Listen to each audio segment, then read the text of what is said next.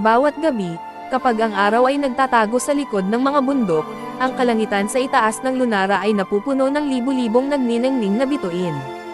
Ang mga ito ay kumikinang ng mas maliwanag kaysa saan man sa mundo, nagbibigay liwanag sa lambak na may malambot at mahiwagang kislap. Naniniwala ang mga taga-nayon na ang mga bituin ay hindi lang basta mga ilaw sa kalangitan. Naniniwala sila na bawat bituin ay may dalang pangarap. Isang pangarap mula sa isang tao, saan man sa mundo. Ngunit habang lumilipas ang panahon, kakaunti na lang ang nakakaalala sa mga lumang kwento. Maliban sa isang batang lalaki. Ang pangalan niya ay Elio. Si Elio ay 12 taong gulang, may magulong itim na buhok at mausisang mga mata na laging naghahanap sa kalangitan sa gabi. At saan man siya magpunta, bitbit niya ang isang maliit na lumang parol na kumikinang ng mainit na gininto ang liwanag.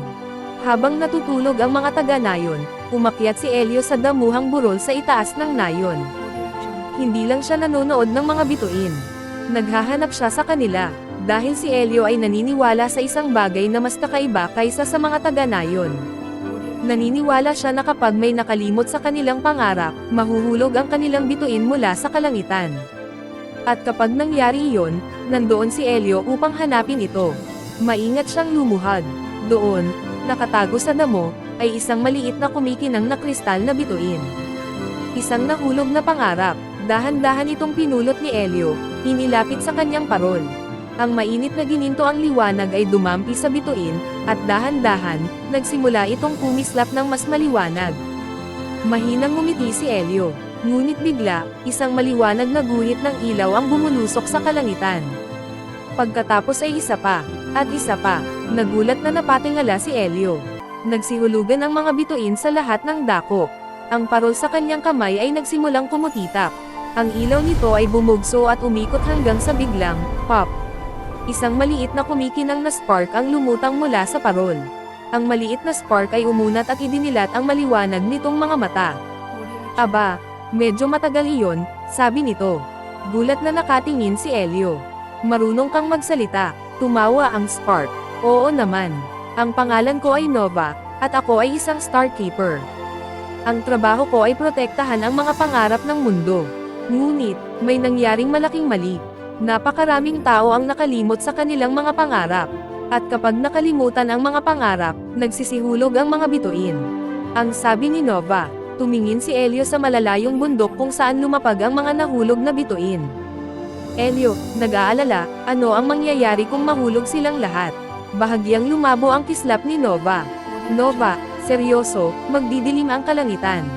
Hinawakan ng mahigpit ni Elio ang parol. Pagkatapos ay tumingala siya ng may determinasyon, may kumpiyansa na sabi ni Elio, kung gayon, kailangan nating bawiin sila. Magkasama, sina Elio at Nova ay nagtungo sa madilim na kabundukan sa kabila ng lambak.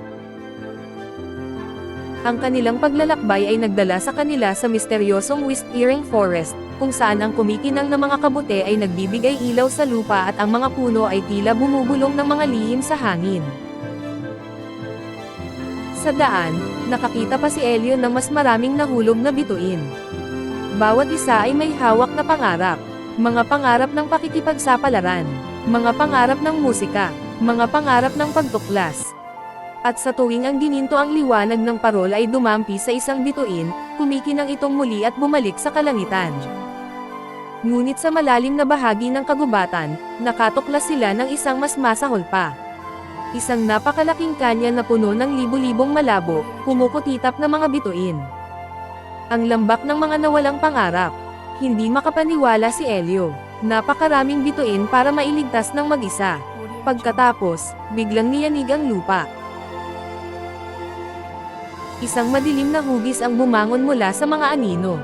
Isang napakalaking nilalang na gawa sa usok at sirang liwanag. Ang pangalan nito ay Oblivion. Kumakain ito ng mga nakalimutang pangarap.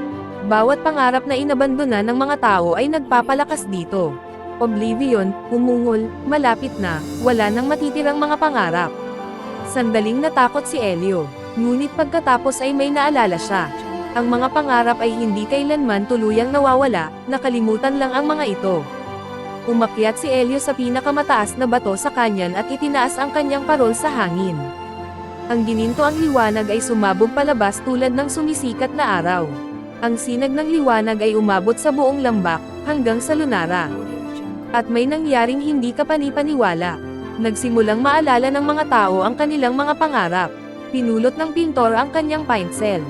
Bumalik ang inventor sa paggawa ng mga lumilipad na makina. Habang bumabalik ang kanilang mga pangarap, nagsimulang kumislap muli ang kanilang mga bituin.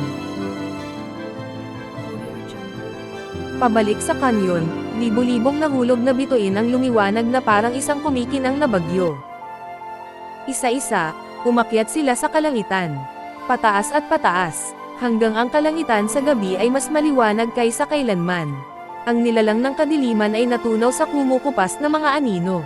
At ang mga bituin ay bumalik sa kanilang lugar sa mga kalangitan. Lumutang si Nova sa tabi ni Elio, masayang kumikinang, hindi mo lang iniligtas ang mga bituin.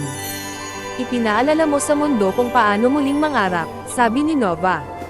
Tumangala si Elio sa makinang na kalangitan at itinaas ang kanyang parol ng nakangiti. Dahil ngayon, hindi na lang siya isang batang lalaki na nangongolekta ng mga nahulog na bituin. Siya ay isang tagapag-ingat ng bituin, Star Keeper.